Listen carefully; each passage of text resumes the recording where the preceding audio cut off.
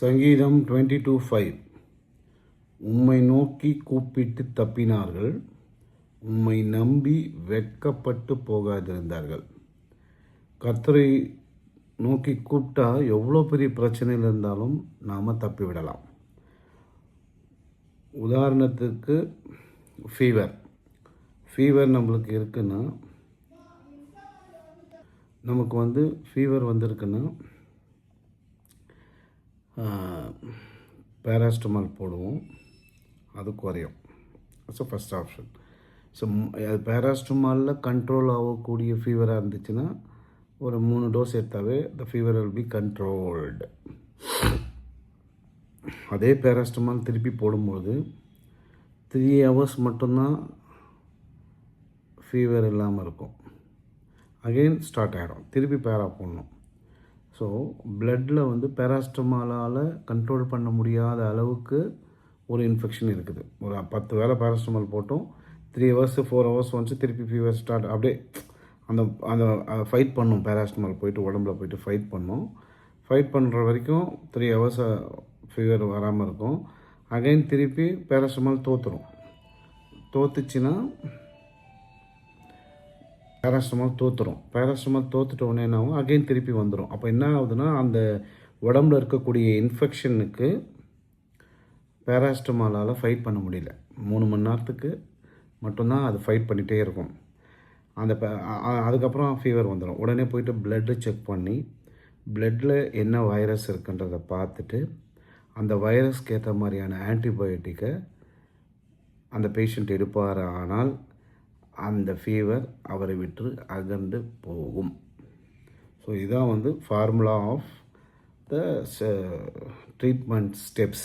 First step paracetamol, second step blood checking, third checking blood செக்கிங்க்கு ஏற்ற மாதிரி அதில் என்ன ரிசல்ட் வருதோ அதுக்கேற்ற ஆன்டிபயோட்டிக். இந்த இன்ஃபெக்ஷனுக்கு இந்த ஆன்டிபயோட்டிக் கொடுத்தா நல்லாயிருக்கும், இந்த இன்ஃபெக்ஷனுக்கு இது கேட்கும்.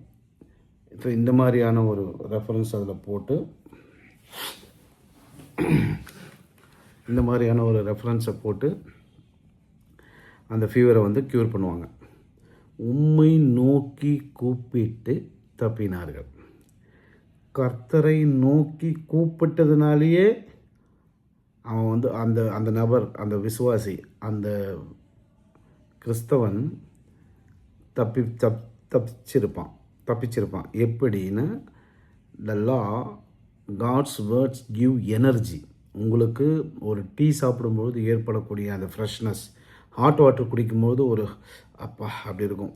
அப்புறம் நல்லா பிரியாணி சாப்பிட்டு ஒரு பெப்சி சாப்பிட்டிங்கன்னா, ஒரு சோடா குடிச்சிக்கும் போது you are getting feeling free. So அந்த மாதிரியான ஒரு சூழ்நிலையில் என்ன நடந்திருக்கும், அந்த மாதிரியான ஒரு சூழ்நிலையில் உங்களுக்கு ஒரு உணர்வு வந்திருக்கும். கர்த்தரை நோக்கி நீங்கள் கூப்பிடுவீர்களே ஆனால் கர்த்தருடைய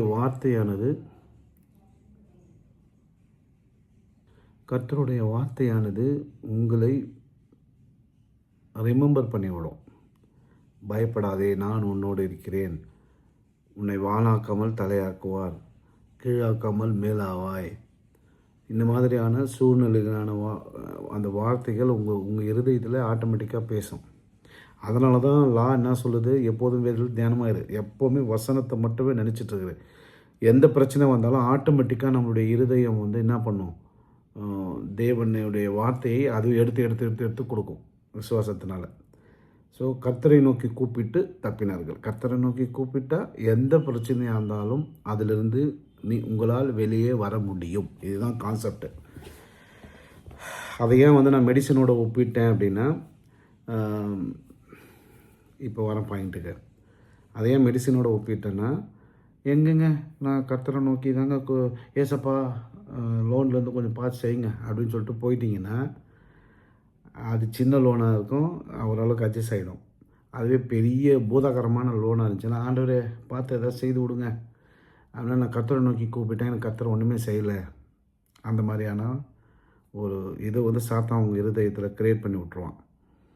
அப்போ தான் என்ன பண்ணோம், பேராஸ்டமால், ஜெபம், பிளட் செக்கிங், விசுவாசம், அகெயின் அந்த பிளட் செக்கிங்க்கு ஏற்ற மாதிரியான ஆன்டிபயோட்டிக் போடுவது, அதை பெற்றுக்கொள்வது. ஸோ எப்போதும் வேதத்தில் தியானமாக இருக்கக்கூடிய ஒரு சூழ்நிலையிலே உங்களுடைய வாழ்க்கை இருக்குமே ஆனால் நீங்கள் கர்த்தரை நோக்கி கூப்பிடுவீர்கள். நீங்கள் கர்த்தரை நோக்கி கூப்பிட்றதுக்கான அறிவே எப்போதும் வேதத்தில் தியானமாக இருக்கக்கூடிய ஒரு சூழ்நிலையில் தான் பெற்றுக்கொள்வீர்கள். இல்லைன்னா பிரச்சனை நேரத்தில் போயிட்டு அது அடிக்கிறது, இது அடிக்கிறது, அப்புறம் இன்ஜெக்ஷன் போட்டு அது மாதிரி பேட் இதுக்கு போயிடுவீங்க.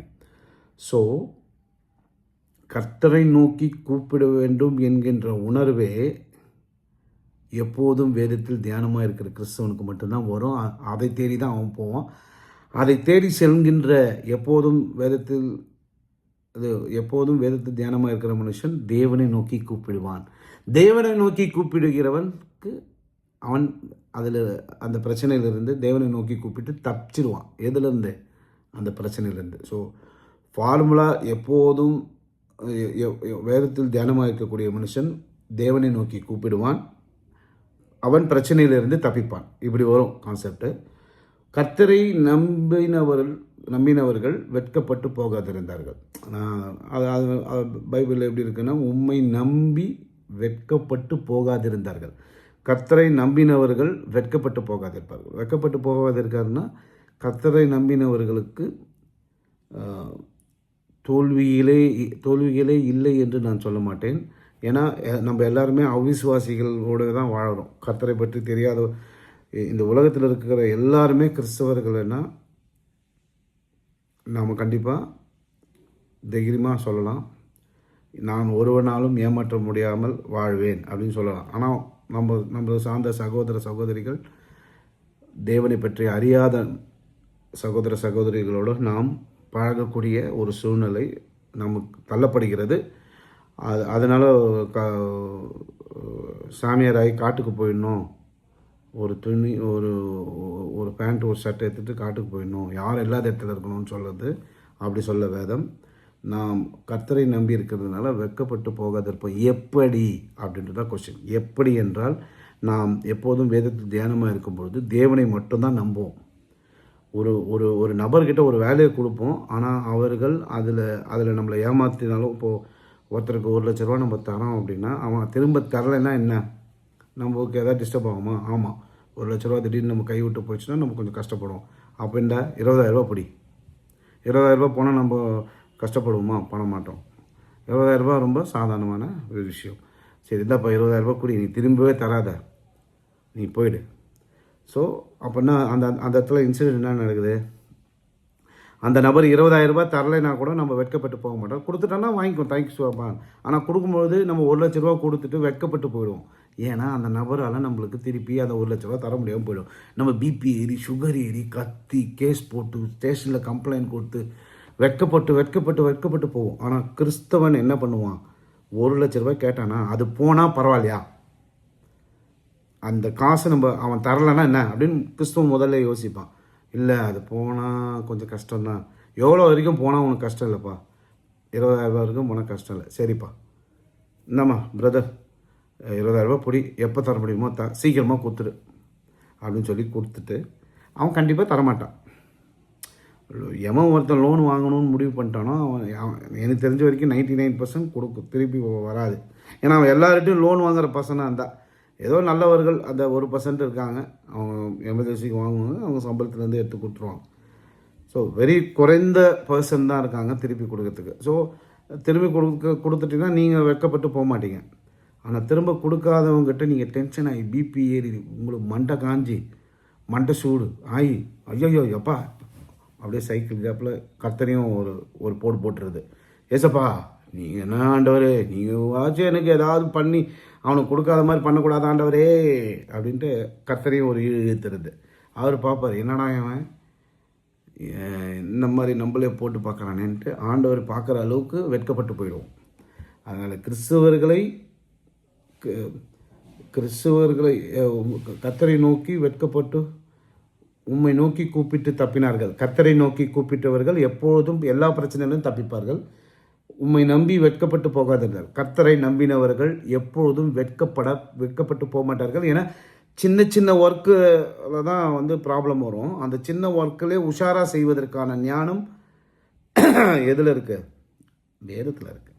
ஸோ வேதத்தில் இருக்கக்கூடிய அந்த வெட்கப்பட்டு போகாமல் இருக்கக்கூடிய அந்த ட்ரிக்ஸ், மேஜிக் ட்ரிக்ஸ். கர்த்தருடைய ஒவ்வொரு வார்த்தையும் அடுத்தவன் வட்டிக்கு விட மாட்டான், அடுத்தவன் பணத்துக்கு ஆசைப்பட மாட்டான்.